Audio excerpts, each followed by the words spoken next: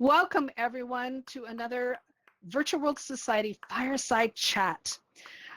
This event happens fairly regularly, usually once a month, here in Engage XR. We're in this beautiful, beautiful space where we get to be in a Victorian library to talk about the metaverse and the future. I think it's a great dichotomy, and because the Victorian Library was known as, and Victorian homes, the parlor was known as the place where people gathered to share stories, to sing songs and entertain themselves, because that was before television, before video, before internet, before all of those things. And we've spent years in this space. We really love it, so that we can talk about the future and come together and have that same family togetherness. So I'm so glad that you're all here with our special guest, Alvin Graylin. So I want to introduce to you myself. My name is Laurel. I am the Director of Educators in VR and producer of this event.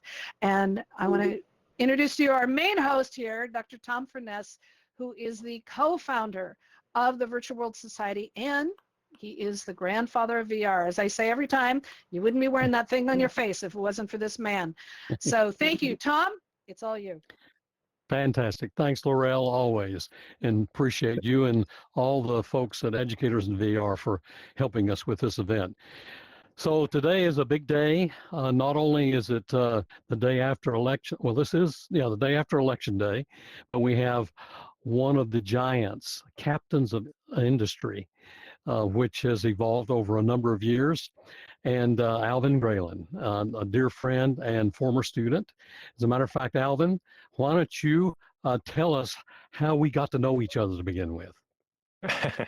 Yeah, well, I was a student of Tom's back in the early 90s, I think 91, and I was taking classes from him at the HIT lab at the University of Washington. So to have gone through 3 decades and continue to have a relationship with Tom, it is a blessing for me, and he definitely got me started off in this space. So I am always in gratitude. So, and also recently I've just started to carry the torch for Tom, moving into the chairman role of the Virtual World Society. So it is an honor, and I am so glad that he's trusted me to take on that very important role. So, but please keep going, Tom. Okay. Well, after you left me at the University of Washington, just give us a short recap of what has gone on in your life. Yeah, well, I'm not going to go into too much detail, but I went into multiple industries, everything from semiconductors. I was with IBM, with Intel. I started up the office for Intel back in 1994 in China, and helped grow the consumer business there. And then in between there, I also went to MIT and continued my studies in AI, and also did some additional VR work. And then after that, I did 4 different venture-backed startups, and I also spent some time in cybersecurity. And the last 8.5 years have been with HTC, one of the leaders in the XR space, running their China business. And then the last year or so, I've moved back to the US and have had time to spend more time with Tom and with the rest of the Virtual World Society. And I'm glad to now be more heavily involved with the work that you're doing, Tom. Fantastic. And we're so happy you're back, because this time zone difference was murder. And try to have a communication in real time. So Alvin, give us a rundown of what you think is going on in the industry now, in the XR industry, of all which you've been deeply engaged for a number of years. Yeah, well, I mean, for the, I guess after kind of 1990, there was a little bit of a downturn, or a big downturn, and really nothing much happened until kind of the early 2010s, 2013, 14, and things started being, I guess, reawoken. And a lot of it, we have to give credit to Palmer Luckey and the Oculus group. And, I think since 2015 or so, there's been really a multi-way, not fight, but really multi-party thrust to try to bring XR back into the mainstream. And products today are definitely at a price point where they are very, very affordable to the average consumer. In the 300 to 500, and for the high end, kind of the $1,000 range, which is really in line with where cell phones are today. So the fact that we sell something like 1 billion cell phones a year, it means that price point is not something that's deterring. At the end of the day, I feel like one of the biggest issues that's keeping XR from taking its place in terms of being a very important, if not the primary interface for humans to computers, and actually for us to each other, like we are doing right now, is the fact that the content is just not as robust as it is on phones or PCs. We're talking about hundreds of apps on a mobile device, standalone devices, and maybe thousands of apps on a PC VR. Whereas on PC and on mobile gaming and mobile content, we're talking about millions of apps. Right?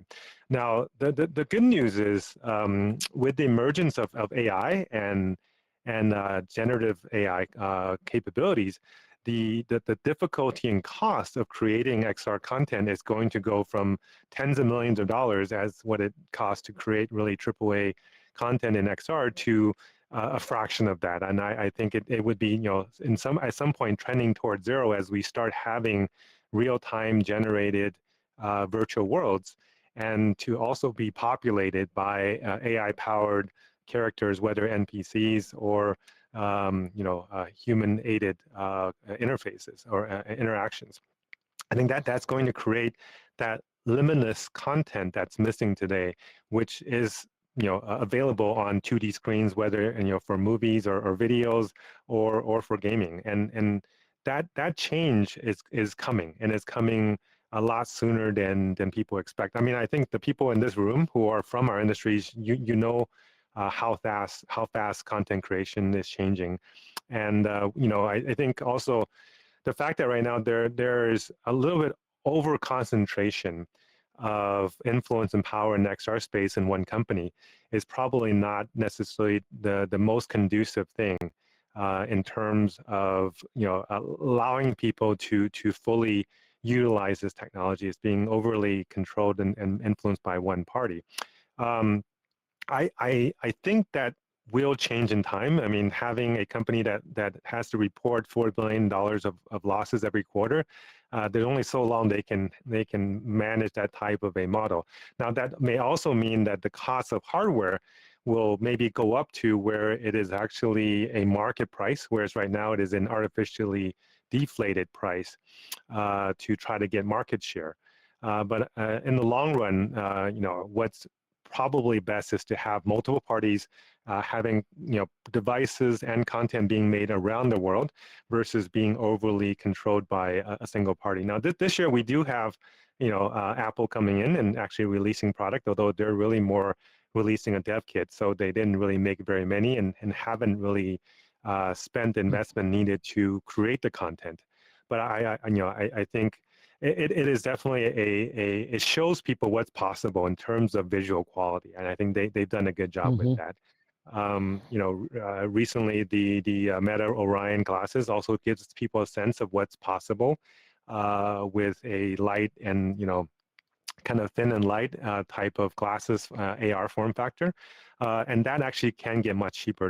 They made some choices in terms of selecting certain display technology that is probably 10 times more than what the current available state-of-the-art products are. So there's really no reason for it to be $10,000 BOM cost, right? So I think we will get there, and there will be other manufacturers that will be producing similar quality devices at probably 1/10 the cost and maybe at 80 or 90% the quality, and that will start to get both the AR side and the VR side going. And I think it's actually probably the biggest thing will be the availability of real-time 3D generated content. And I was actually quite, I was very, I guess, surprised and optimistic about that, because at this year's at this year's South by Southwest, I was able to try a couple of content that had actually real-time 3D generated content based on the personalized inputs of the user. And for that content to be available already, I mean, it was crude, but it allows you to see the potential. And I think within a couple of years, that very crude type of content will become something that will be almost AAA quality, but done in real time. So I'm very optimistic about where our industry is going, and the maturing of AI will make that a faster realization. So. Sorry, that's kind of a long ramble to your question. That's a beautiful one. But one of the things that we found that happened with smartphones is that what made them smart was not only the computational capability in them, but the other appliances that went with it, with GPS and with cameras and things like that. So now that it became a universal instrument that we used for not only making phone calls. As a matter of fact, texting was just thrown as a lark. Why would you text and you have a phone? And look at what's happened with that. So don't you envision that we'll see the same thing happening with the kind of equipment we have now, that these other kinds of capabilities are going to be embedded in this, which have to do not only being able to see virtual worlds, but knowing what's going on inside of us and displaying that and things like that. So I absolutely. And in fact, I think another thing that we didn't talk about is the fact that not necessarily immersive use of AI, but just the intelligence augmentation capabilities of AI will maybe actually the killer initial app to get people to start wearing computers on their face. So something as simple as the Ray-Ban glasses, I mean, it does audio and it has a camera, and just having that information allows you to then interface with AI in a very different way. And now you have something that's smart, that's on your face, that's on there most of the day, and it's relatively light. And once you have that habit of having a computer on your face, then we start getting displays. There's already multiple thin and light glasses that now some of them I've actually tried and some I actually own, and they have displays already. So and then the price points are in the $300, $400 price point, which is I think it's not price prohibitive at all, right? And so we will find that when AI gets more mature over the next year, a lot of people may initially buy these glasses not to view virtual worlds, but to interface with the AI agent that's in their pocket.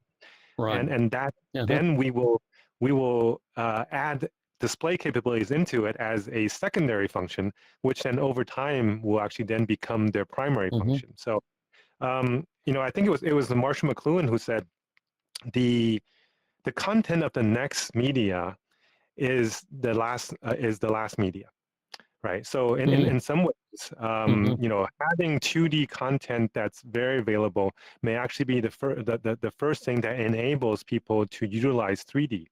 And this is if you look at what Apple's doing with Vision Pro, that's kind of their strategy. You look at their focus is on immersive video and even just 2D video or just stereoscopic 3D video, not even immersive, not even moving 6th off. For them to focus on that, I think it makes a lot of sense in terms of there are millions of hours of content in that medium, and so they will never run out of information. And being in the industry as long as we have, we know that unfortunately, more than half of devices that are bought within 1 or 2 months, it gets put into a drawer and comes out maybe once a month. And we need content for people that will make them want to use it every single day. And once they do, they automatically will find other use cases. And I think that's what we need to be more open in terms of when we promote these devices and this technology, to not be focused overly on just immersive content or even AR content, and to say, hey, you know what? If you're only using it to watch movies as a heads-up display or a large screen replacement, it's okay. That's a great step forward. Yeah. Well, What is your prediction now about the install base? I mean, we obviously there's an economy of scale here for these things to happen, and yes, the what is it, $4 billion a quarter or whatever it is that Yeah. Meta is putting in this is not sustainable, and so it's going to be an economy of scale that ultimately makes this affordable for many people, and so Yeah. there's a so what do you see is going to be the pull that takes us over that edge? I mean, in terms of where are we on the install base right now versus what do you predict happening? Yeah, I mean, we're in the tens of millions of units right now, total install base, and probably active, maybe a lot less than that, maybe less than half of that. Mm-hmm. Now, I don't think that's enough to have the critical mass we need to have a healthy industry. And I think, people in the space know, people who are making content, they know what's the reality, and it's a tough slog right now to try to make ends meet if you're just relying purely on XR. Now, the one thing I think a lot of people don't talk about enough is the fact that when you make the 3D content, 3D worlds, especially if you're using things like WebXR, it's fully accessible through 2D devices, through tablets Mm-hmm. and phones and PCs, and that immediately has a install base of billions of users, Mm-hmm.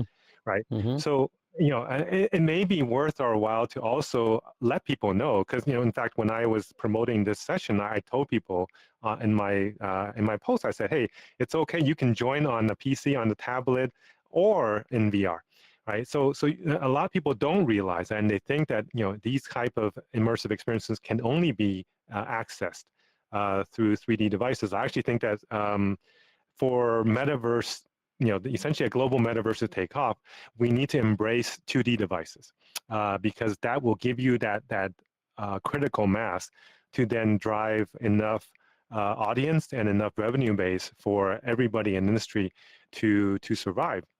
Now, that being said, I also believe that devices are getting to much more affordable price points. And unfortunately, I think with the election yesterday and with the coming tariffs that will be Mm-hmm. put on anything made in China, the prices may be 2 or 3 times what they could be Mm-hmm. for the average user to access these immersive devices. So that is something that we can talk a little bit about that too, because we started Yes. discussing that before the session. Mm-hmm. But I think policies will be changing, and it really depends on how the new administration is going to be looking at Mm-hmm. whether we form a more collaborative relationship with other countries around the world, or become overly nationalistic, Mm-hmm.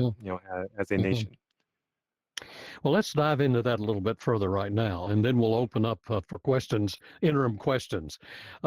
So here we are at the day after election, and regardless of what model you had in your head of who is going to win this election, clearly there is a change afoot when this new administration comes in, not only with the presidency, but with Congress as well.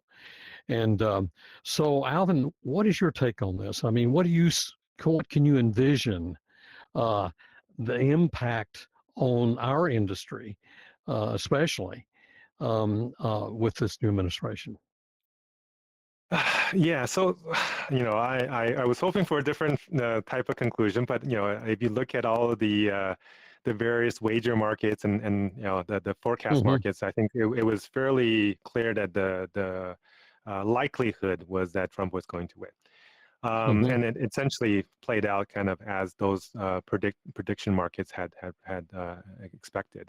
Now, coming from and Laurel reminded me of this earlier, was that I spent the last 18 years living in China, where Mm-hmm. there is a little bit of a more single party type of a model, and over the last 10, 12 years, kind of a more single leader doctrine in terms of how a country is run, and it feels like we are heading in towards that way a little bit.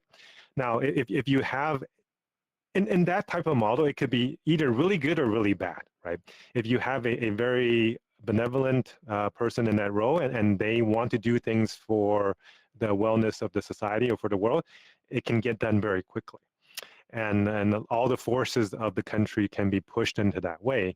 Unfortunately, if that person is more focused on either self-gain or certain agenda that is not necessarily great for the populace, then it could be very bad very quickly. Now, I guess I don't have a lot of hope right now for the new leadership to be a person that becomes altruistic in the U.S., given what I've seen in the past. But I guess I am just slightly optimistic that maybe I'm hearing that he's going to put Musk in charge of kind of technology and innovation for the government and so forth. That given the history of how Elon has done a lot of things in the technology space and executed things to create truly efficient operations, that there may be some side benefits that may come from that. So there may be some unforeseen policies or changes that he can do in the back end. As we said earlier, I was a little disappointed in terms of his rhetoric over the last few months, a kind of a shift in his position. But some people are saying that maybe he's doing it just so he can have that influence, so that he can do more good than he did on the last round, where I think he joined the technology board for the first Trump administration, and then resigned after he found out he didn't have any influence.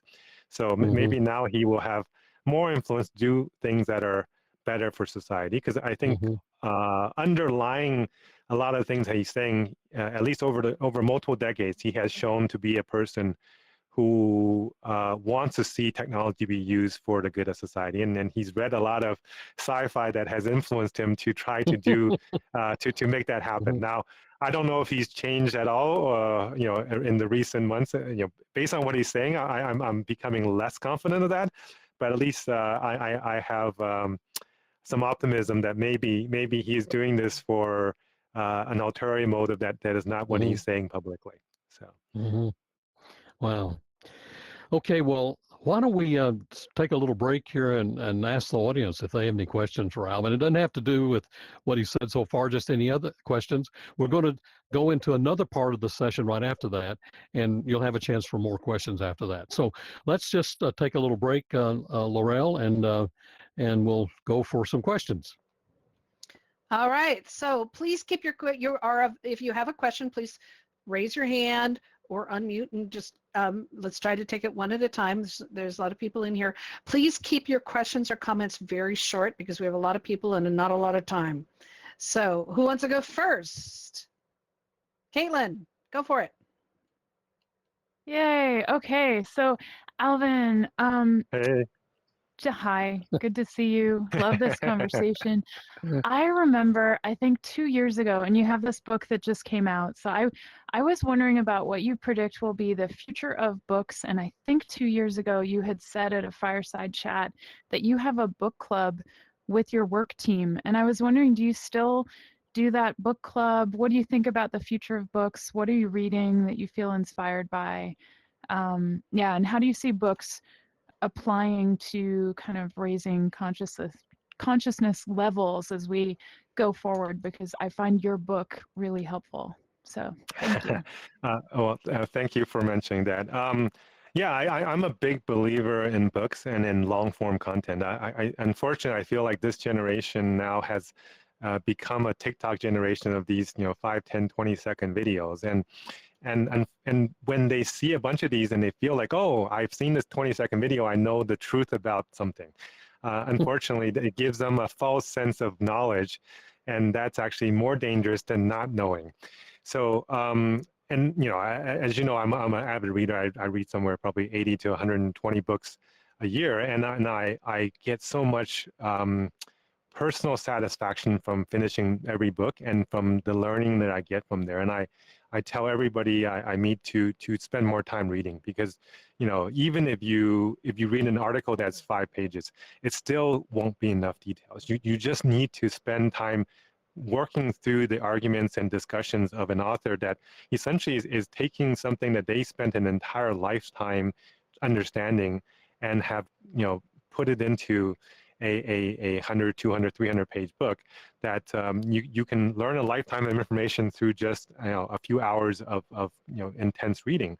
I think more of us should be doing that, and more of us should be spreading that message to our children and then the next generation. Now, that being said, it is still very difficult to get people to change their habits and to get them to start reading and finish books. I was talking to my publisher, and he said, only about 10% of the people who buy your book will actually finish your book. And I was like, oh, that's disappointing. And so here's an even more sad data, is that in the U.S., for college graduates, only 42% of college graduates ever read another book in their entire life, the rest of their life. And that is sad, right? And that's in not fact, the I think meaning of life.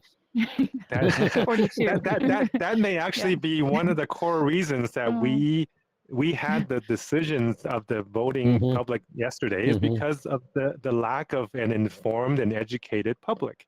Because a true democracy only works when you have a equally educated the populace, because then they can make informed decisions based on real information. They know what's going on, and they know the logic and the principles behind their decisions.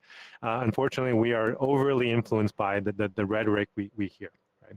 So, but I do think that XR and immersive tech can be a solution, because if you think about how exciting it is, to be able to be in an immersive world like this, and this is even a relatively simple world.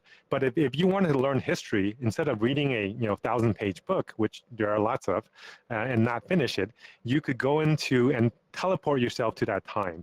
Or instead of trying to understand a biography, you can actually have a conversation with that person that you're interested in. That is something that I think people of any age, and especially the younger people with very low attention span, will be able to utilize. And that would be an amazing way for us to educate a larger portion of the population and of all age groups, to make that library of content that we have available much more accessible and much more engaging for all audiences. So unfortunately, I see Caitlin's disappeared. Maybe her computer had a... It's one of the joys. It's an internet joy. Internet joy. Is there any other questions before we move on to the next? Yeah, who wants to go next? Over here. Splash. Over. Okay. Splash Mango. Hey, Splash Mango. Splash. You can unmute. You have to unmute. Look at your watch, like you're looking away. There you go. Got it. Thanks. Hi, Alvin. Hi, Tom. Hey. I got a question for you. I was wondering, how do you see artists and creators moving into space as we evolve from books and traditional work, VR, to AI? Thanks. Yeah. So, sure. I think this is a tough question, and there's an intermediate kind of short-term answer, and then there's a longer-term answer. I will give the longer-term answer first, which is I believe that as a content creator, long-term, the joy of content creation is not in the income you make from it, but it is in the influence that you create from it. And it is in the beauty that you spread from it, right? And I say that because both my parents are artists. One is a painter and calligrapher. The other one is a ballet dancer and teacher. And they are very pure artists who really has very little impact on the decision in terms of how much they can sell their art for, or why, or how much editorial impact they want from the galleries or the agencies that they work with. They want to create beauty. And I think in the heart of true artists, that's really the case. And I think that when we get to a mature world where we no longer need to use your art form or creation as the income, that will also be allow essentially everybody to be an artist and to be able to create amazing things. Because the majority of people who work today, they work to make ends meet.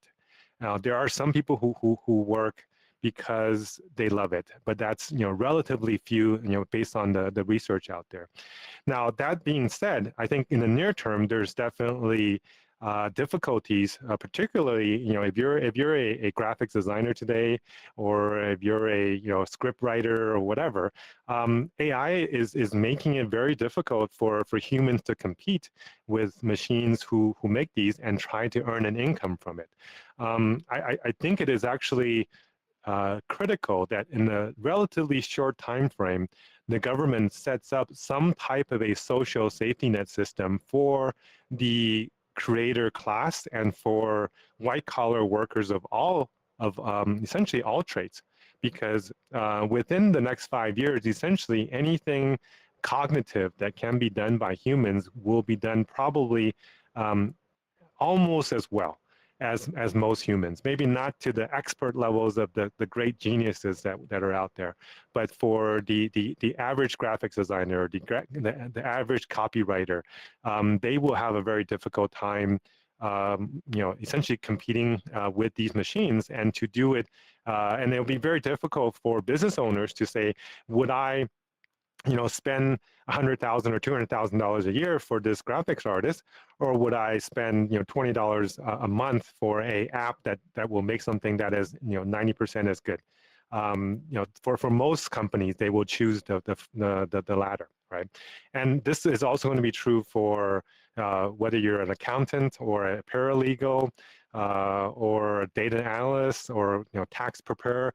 I mean, there's so many things that these AI systems will be able to do better, or at least more efficiently than human labor. So unfortunately, I feel like, particularly in America, the government sees that as a welfare program and sees it as a very negative thing. I just spent a week and a half in Europe and in Brussels and talking to people in the European Union, and they actually see that as a basic right of everybody in the population to have their basic needs covered, so that they can do things that they enjoy and they're good at.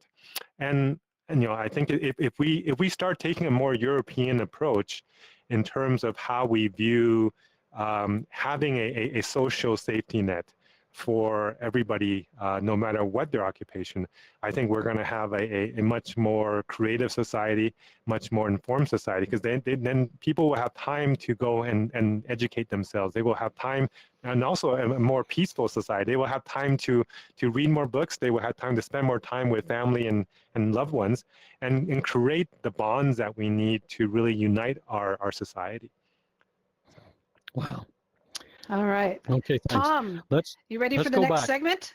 You bet. Let's go to the next segment. Okay, Alvin, thank you for your willingness not only to be on the board of the Virtual World Society, but now to accept this new position in which you've been elected, the board, to being the chairman. Now, I was the former chairman of the board, and I am passing the baton to you. And certainly you're going to have a different spin on things than I've had. You have a board that's with you and supporting you, which are dynamite people. They're also amazing folks. What do you see now? What's next? What's from the Virtual World Society? What is your vision? Yeah. Well, Tom, it's hard to fill these very large shoes that you've left for me. I am definitely carrying the baton, and I will try to run as fast as I can. But my mission is really to continue this race, and it is not a 100-yard dash. This is a marathon, and we need to have the patience to really go and spread the message and get technology into the hands of more people. And I think it goes beyond just VR and AR technology, even though, I think, a lot of the initial discussions are talking about how do we get VR into more hands. I think that is one of the core technologies that will be so important, because it will become the primary interface that we will have with each other, with computers, and with content. So it is going to be the medium that replaces all the current screens that we have in our lives. So I'm a big believer in that. And unfortunately, based on some of the earlier conversation, it's going to take time for that to happen. And for us to make it happen, it is not something that you can just go out and say, hey, try this. This thing is amazing. You're going to love it. I think we need to create baby steps for people to start wanting to put technology on their face. We need to create content that is so compelling that people will be so motivated to try it. We need to create opportunities for people to actually experience this technology, because as we say almost every time is, you really don't know what it's like to be in XR or VR until you've tried it, and you can't explain it by showing them a picture or a video. And so, there just aren't enough devices out there today is one of the other issues, right? So, kind of what we said earlier is I feel like, we need to clarify the mission to say, hey, our job is not just to make XR widely adopted. It is to make technology, advanced technology of all kinds, widely adopted, so that they reinforce each other, make our lives better, make communication better, make work better, make education better, and make our ability to communicate with each other better.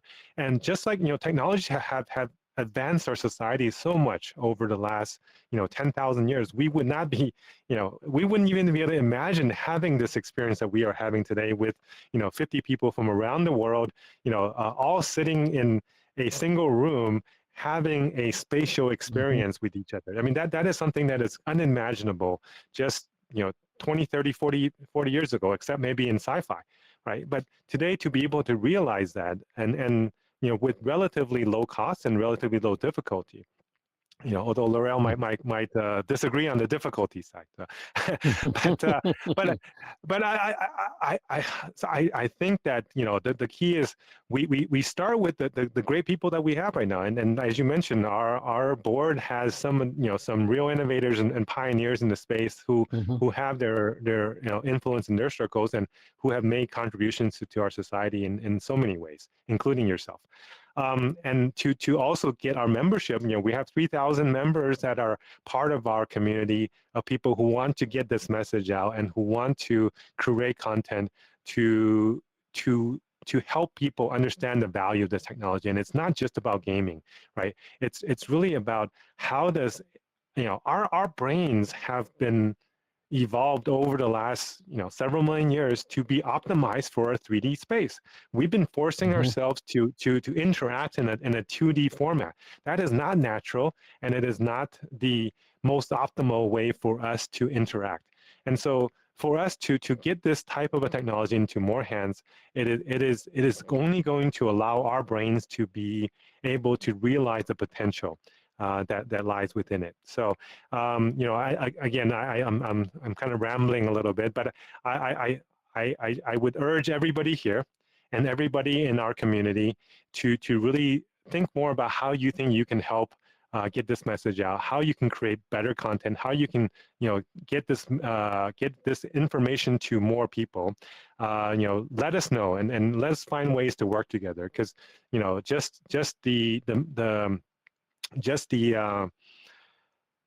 the board members themselves have a limited influence, but the influence of the entire community of the membership is going to be amazing. I think, I can't remember who said it, but somebody said, if you have 1,000 loyal fans, you can create a marketplace in itself. And we already have 3,000.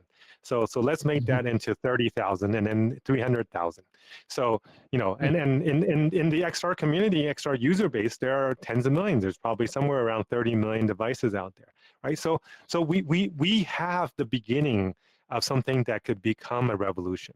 And a revolution not to do harm, but a revolution to bring enlightenment and by adding a new dimension of functionality to the world. Wow, thanks for that, Alvin. Well, one of the things that I've always felt is that my wife often comments, she says, all you're trying to do is put helmets on everybody's head. And I tell her, no, that's not what I'm trying to do.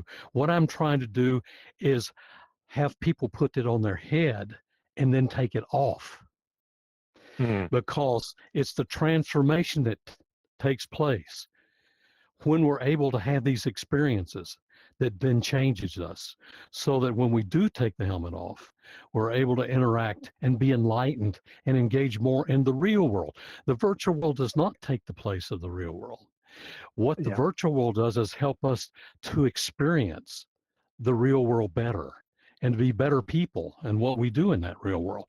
And so this is, a means to an end and not an end in itself. Yeah, I can agree more. And then, one of the things I do hear a lot from people who are who objects to this immersive technology. They all remember the Wall-E movie. Look at all those chubby people sitting around on their little desk using their VR. And I said, well, you know what? You need to look more carefully. What they're looking at is not VR. What they're looking at is a flat screen in front of a moving sofa. That is actually the opposite of what we want to do.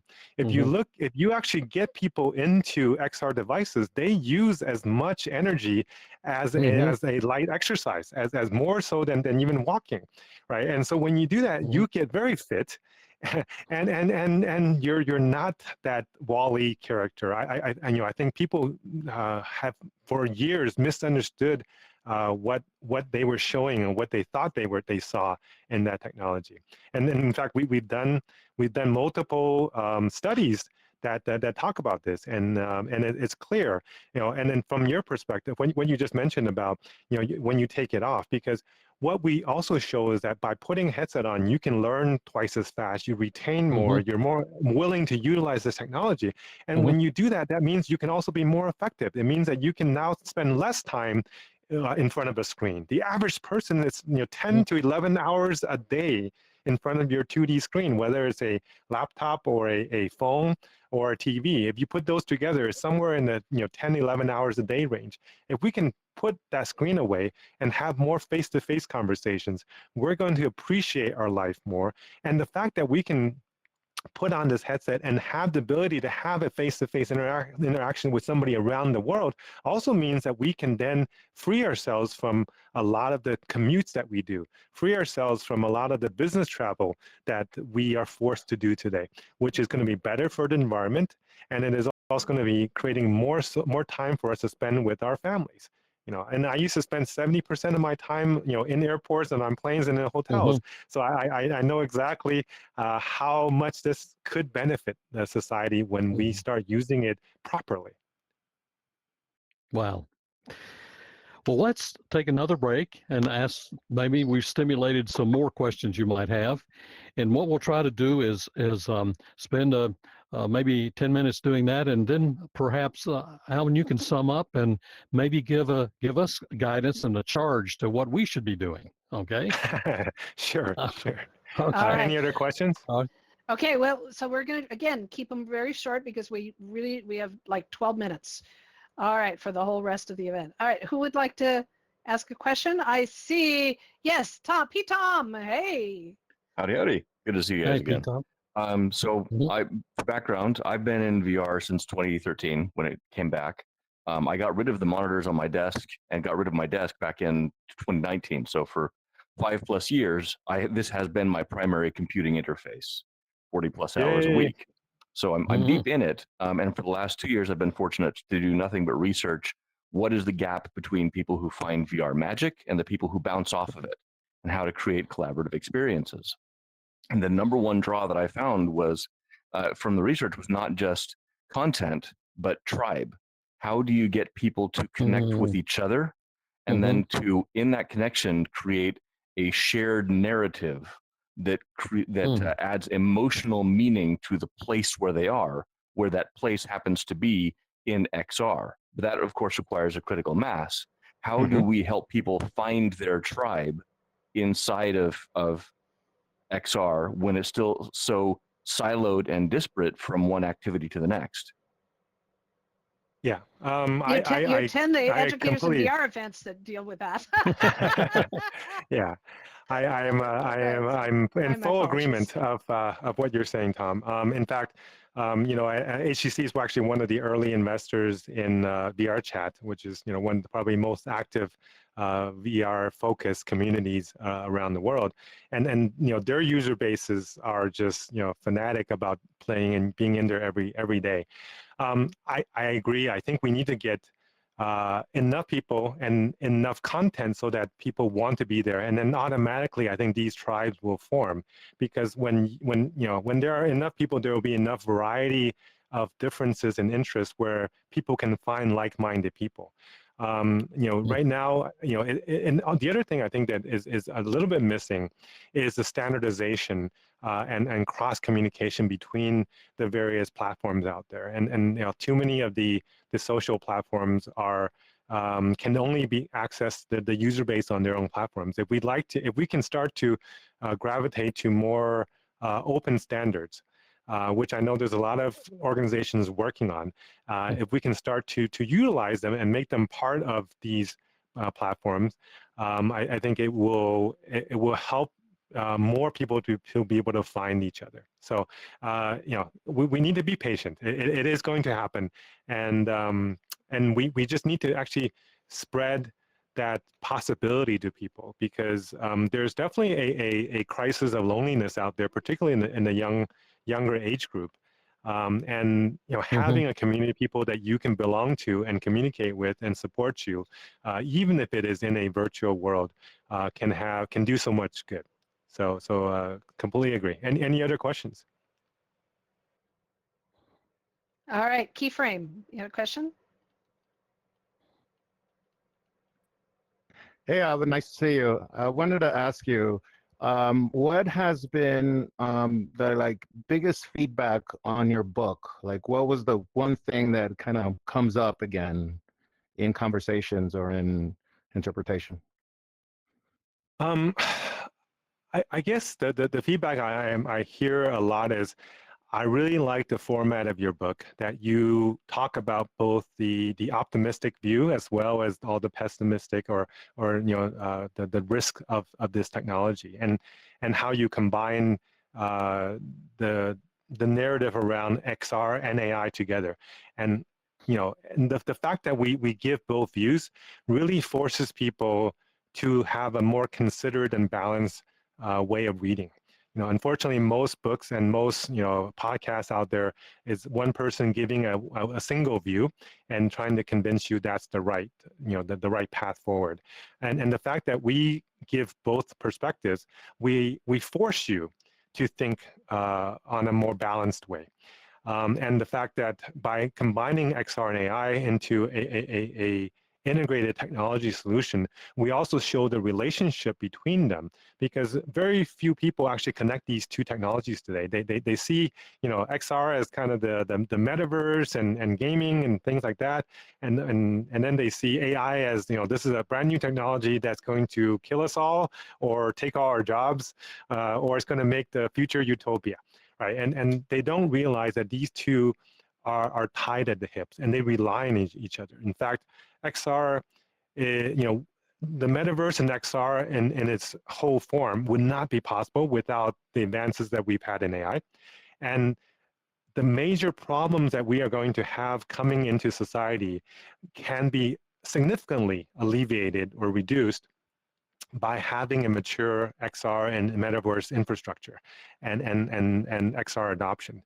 Because if you think about what happens when 70–60% of jobs go away in a 5 to 10 year time frame, what are people going to do? XR is going to be an amazing outlet for people to have a place to put their energies, a place to go learn, a place to express themselves and create 3D worlds or art or poetry or music, and then to share it with the world, right? It can also be an amazing place for them to create a new economic platform that crosses borders, right? Just like today, I think people here are from all over the world. It's not just Americans that are here. It's people from all over the world speaking from different languages, using different devices here in one place. And when you can have that, you allow different levels of different types of exchange to happen, whether it's an economic exchange, or it's an information exchange, it's a social exchange, for us to also understand each other better, right? The fact that we can teleport to another place in the world, talk to them face to face, allows us to understand a different culture and learn a different language. And when we do that, we start to not distrust each other as much as we do. We start to embrace new cultures. We start to want to fight less and have, the wars that we had, the endless wars that we have around the world. I mean, there's so many things that I'm afraid of how technology is being misused, because, you hear about people talk about the Manhattan Project for AI. That really scares me, right? And in fact, we know what happened with the last time we had a Manhattan Project. There was amazing science being done, but as soon as within a month or two of us creating a working atomic bomb, it was dropped on people, right? Not because it would need it to be, but it was really more of a statement from a country that wanted to show the world that they've done it, and everybody should be listening to them, right? And I don't want to see AI being used that way, but it is moving in a very strong direction toward this arms race dynamic between major powers trying to say whoever controls AI will control the world, and that's something that we need to get people to move away from, to see that if we actually do achieve a super advanced AI, that AI can help us solve, health problems. It will help us solve hunger problems, energy problems, climate problems. All the things that have been plaguing our society for millennia can be fixed. And when those things are fixed, we no longer have the basis to have to create conflict and create wars around the world because we were fighting over scarce resources, because those resources will no longer be scarce. And in a virtual world, there is no scarcity because we can make as many versions of as anything that we want for is practically free. Right? And so there's no reason for us to send our children around the world to fight each other for something that will soon no longer have the value that we perceive in it today. So, and I think it takes this having these type of dialogues face to face is what will help us to achieve that type of a result.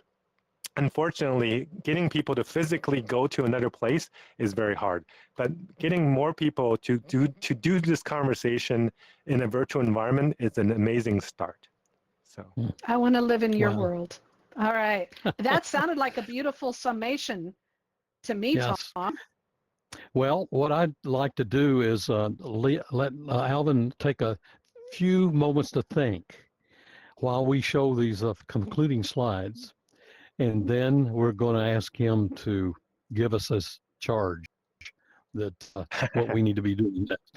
Okay. All right. So just want to remind everybody that we have these amazing podcasts.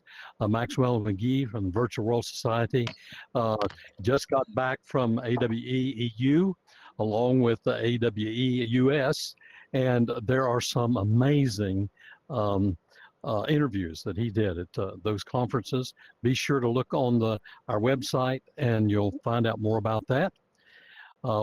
Next slide. We'll be continuing these fireside chats next year. And why do I have a whiteboard that just came up? You hit the whiteboard button. I did. All right. Okay. I'm trying to get rid of it here. Oops, I've got the Okay. collider in my way. See, Okay. technology isn't Nope. perfect yet. Yeah, Okay, I have a so- collider. There's a collider in my way to protect y'all from the audience, so I Okay. can't get to it. Okay. Shall Maybe I move Chris it can. outside? Okay. Yes, yeah, go ahead. Throw it up over in the ceiling. There you go. Thank you. Thank you, Chris. So, boy, what an embarrassment that is. No, So, it's a as teacher Alvin in you. mentioned, that's it. Mhm. As Alvin mentioned, we do have 3,000 members of that, so we'd like to make it 30,000 as the next step, right, Alvin? And, yes, sir. So if you haven't, please join the Virtual World Society and get engaged with the kind of things we're doing. And also, Laurel and Educators in VR, talking about tribes, that's what the Educators in VR is. It's a group of Thank different you. tribes, and they're doing amazing work bringing folks together with common interests. So with that, Alvin, back to you. First of all, thank you for coming and spending this time with us. It's always a precious time, the event, when we have a chance to chat together, and especially with this wonderful audience.